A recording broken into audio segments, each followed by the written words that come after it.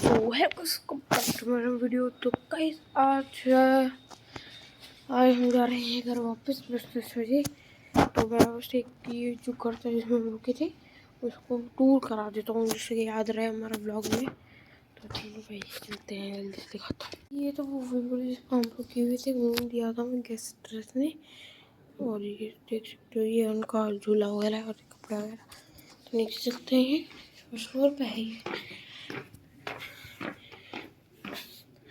तो ये है उनका हॉल पूरे का। देखो और ये है कैट रूम दिखाता हूँ उसमें।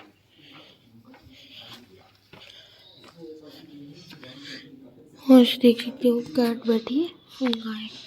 और ये उनका है हॉल टाइम क्लिप वगैरह होती है। और ये तो अभी शादी की वजह से। और ये सब ऐसे ऊपर जाके वो कमरे हैं चढ़ेंगे थोड़ी देर में। अभी तो कोई उठा नहीं है ना। तो किचन है ये और ये हॉल।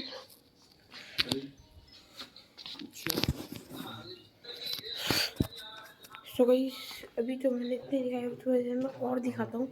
तब तक के लिए थोड़ी देर रहती है। और आज थोड़ा मूड भी सही और सही एक जा रहे हैं ना इस वजह से मिलते हैं थोड़ी देर में। देख सकते हो ये उनका घर कुछ बाहर से है। ये कार है जो उन्हें मिली थी शादी में। वो मांगी भी नहीं थी आया पर उन्होंने दे दी, धोखे से दे दी। तो देख सकते हो अंदर चलते हैं दिखाते हैं।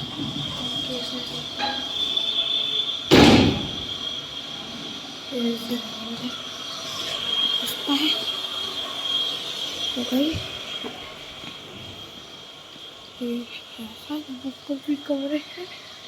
ये हम सब बैठे हैं। ये है ड्राइंग रूम।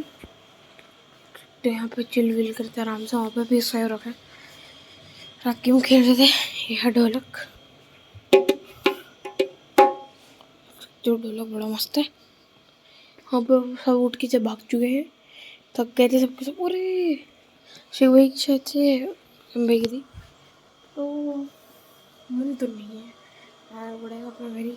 और गर्मियों की छुट्टी वापस आएंगे हम लोग। तो गाइस चलो और नहीं मिलते हैं। बैठी नहीं है ना। रात को खाना दिया मैंने 12:30 थोड़ी देर में खोलूंगा मैं वरना ये भाग जाएंगे। म्याऊ म्याऊ एक नीचे।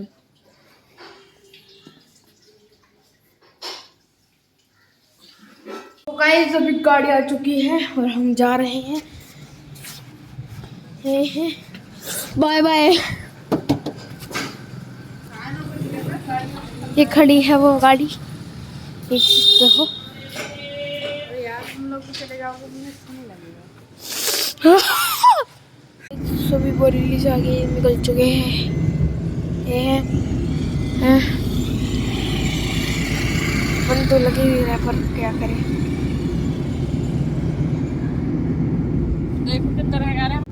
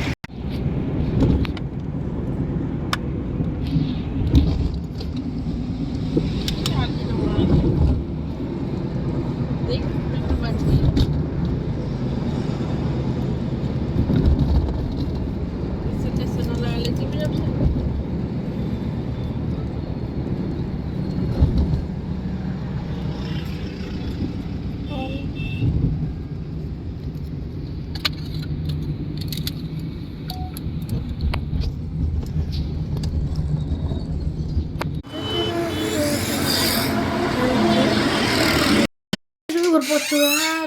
तो कुछ आज के लोग मिनट नहीं, अगर वीडियो अच्छी लगे क्या करना है, और लास्ट में क्लिप ला रहा हूँ वो देख लेना, 10 मिनट की है। ठीक है, वो बाय बाय। डब्लू भाई, कोई जिंदगी के हकीकत के चुटकुले हैं? निकलो बेटा, तुम्हारा पेट खराब है। सही बैठा। उस दिन मैंने घर पे क्या प्रोग्राम था आपके, सुनाए थे चुटकुले? बात भैया, भा में भाई कहना, पा मत लगा देना, भात देने गए थे। तो मैंने वहां पे 2-3 चुटकुले लोगों को सुनाए थे, बहुत अच्छे चुटकुले थे, जिंदगी के हकीकत पे आधारित थे बिल्कुल ही। वो एक बैंक का किस्सा मैंने सुनाया था, मैं आप लोगों को सुनाना चाह रहा हूँ। उस दिन कुछ लोगों ने सुना था, कुछ लोगों ने नहीं सुना था। हाँ, इन्होंने भी नहीं सुना था। वो समझ जाएगा, पूरी खोपड़ी इनके पास, पूरी दुनिया चला रहे हैं। तो वो चौक के अंदर एक इलाहाबाद बैंक होता था, आपने भी देखा होगा कभी। तो उसमें बस एक ही दरवाजा था, वेंटिलेशन था नहीं। आपकी दुआ तो उस टाइम मैं बैंक के अंदर था, तो मैं कैश लेने के लिए गया था। तो उस जमाने में क्या होता था कि आप जब चेक देते थे तो वो एक टोकन दे दिया करते थे पीतल का। बच्चों ने तो देखा, लेकिन हम लोगों ने देखा था, मैंने भी देखा। टोकन जो था पीतल का दे दिया करते थे कि 12 नंबर आपका टोकन है, तो आपको 10-15 मिनट बाद नंबर आ जाएगा, तो आप कैश काउंटर पे जाके टोकन इन कर देंगे, कैशियर को दे देंगे, वो आपको पेमेंट कर देगा। आपकी दुआओं से उस वक्त मेरा पेट की बहुत खराब कंडीशन थी, आपकी दुआओं से। तो पेट में गुल गुल गुल गुल गुल गुल गुल गुल गुल गुल गुल गुल गुल। अब आप समझिए कि खाया भी क्या, खाना खाया, खाने में क्या क्या था सबको अंदाजा है। तो जब पेट में जाएगा बंद कमरे के अंदर, तो कितनी बुरी कंडीशन होगी। तो मुझे जो थे गैस का बहुत सख्त शिद्दत वाली पूरी मिसाइल जो थी मेरी लोड थी। तो खाना खा लो। तो वो जो था शबलू भाई तो मैं जो था वो टहला था, मुझसे 12 नंबर का टोकन था, मुझसे पहले 11 नंबर का जो टोकन था, तो टोकन वाले के पास में गया ना, वो शबलू भाई इधर देखो यार। मैंने कैशियर को ऐसे करके देखा, तो मैंने वहीं पे हल्के से फुस कर दी। अच्छा, जो आवाज बुलंद होता है दाएं, उसमें आवाज नहीं होती, उसमें बदबू नहीं होती है। और जो दम पर खुद होता है, जो खालिद वैसे ही कह रहा हूँ, जो बिल्कुल मसोसा हुआ, जिसका दम घुटा हुआ होता है, बड़ी बदबू होती है। तो वो कैशियर जो था, वो रुपए गिन जाता, तो ऐसे गिनते गिनते कर दिया था,